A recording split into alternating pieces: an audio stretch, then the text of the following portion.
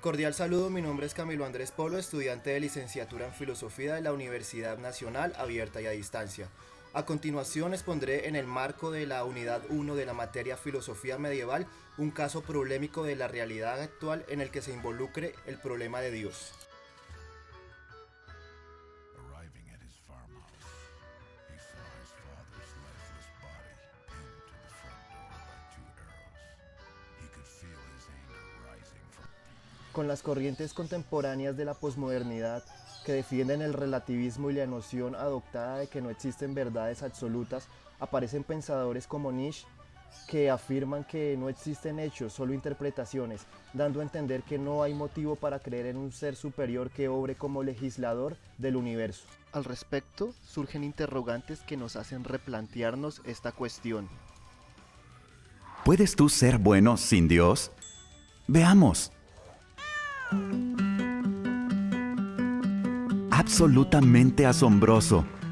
Ahí lo tienes. Prueba innegable de que tú sí puedes ser bueno sin creer en Dios.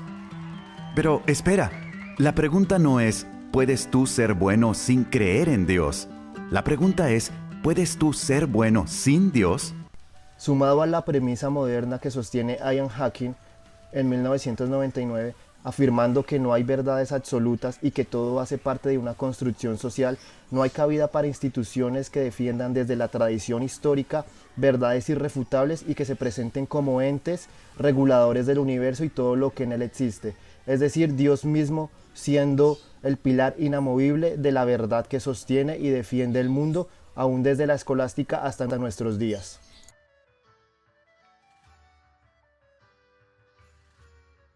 Fyodor Dostoyevsky, autor ruso, en 1880 afirmó que si Dios no existe, todo estaría permitido, sintetizando en esta fórmula la tesis según la cual Dios es la base o el fundamento de los preceptos morales, o dicho de otro modo, los valores morales derivan su legitimación última, su criterio de validez fundamental de Dios. Aquí es donde se encuentra el problema. Si Dios no existe, ¿qué fundamento permanece para la objetividad del bien o el mal, de lo correcto o incorrecto? Si Dios no existe, los valores morales objetivos no existen. Y aquí está el porqué. Sin algún punto de referencia objetivo, no tenemos forma de decir que algo está realmente arriba o abajo.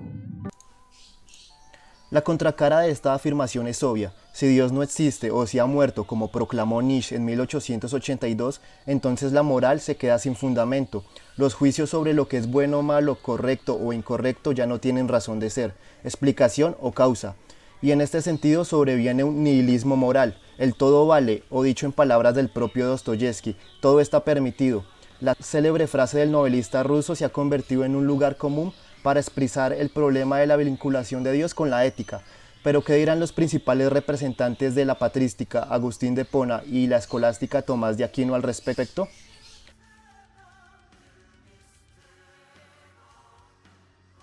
Con Tomás de Aquino, la principal cuestión a explorar son las consecuencias que se siguen de la afirmación o la negación de la existencia de un fundamento último absoluto, el ente divino, en el ámbito de la ética y la moral. Así que en un mundo sin Dios no puede haber ni mal ni bien, nada sino una indiferencia ciega y despiadada. Dios ha expresado su naturaleza a nosotros por medio de mandamientos.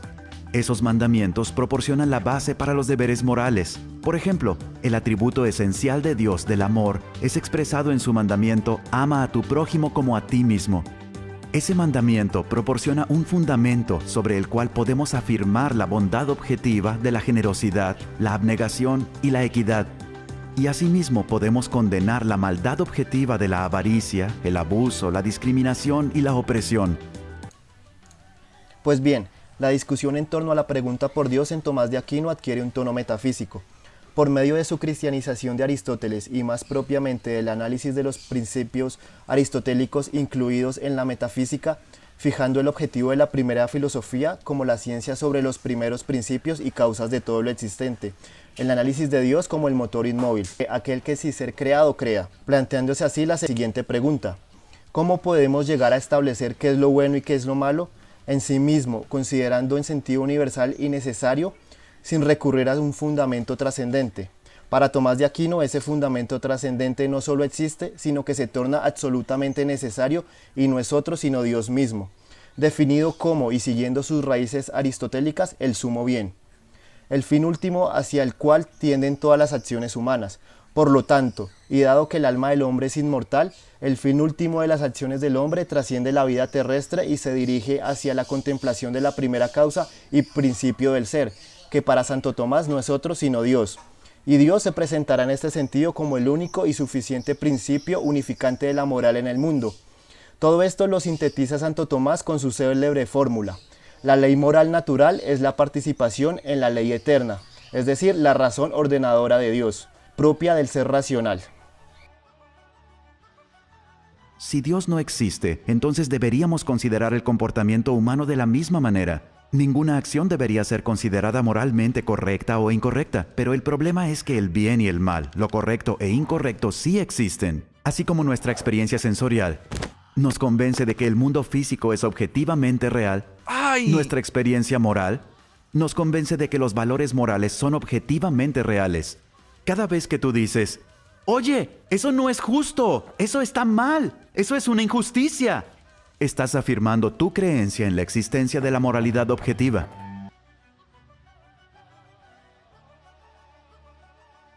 En el problema del bien que San Agustín enuncia en su obra De Natura Boni, va a partir de que Dios, siendo inmutable y poseyendo la plenitud del ser, es también el bien absoluto e inmutable.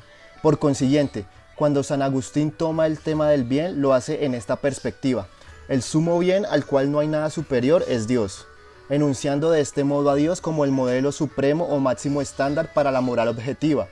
Y es así que, al integrar la noción platónica con el concepto de cristiano de la bondad como un atributo de Dios, y el pecado como la caída de Adán, de cuya culpa una persona está redimida por la gracia de Dios, Agustín sienta las bases para hablar del argumento moral, que defiende la existencia de Dios y se establecerá más adelante por filósofos y teólogos como William Lane Craig en 2016 desde la lógica así. Esto conlleva es un argumento moral para la existencia de Dios. Si Dios no existe, los valores y deberes morales objetivos no existen. Pero los valores y deberes morales sí existen. Por lo tanto, Dios existe.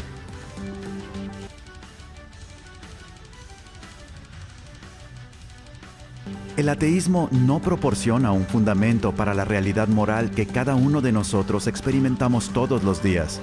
De hecho, la existencia de la moralidad objetiva nos apunta directamente hacia la existencia de Dios.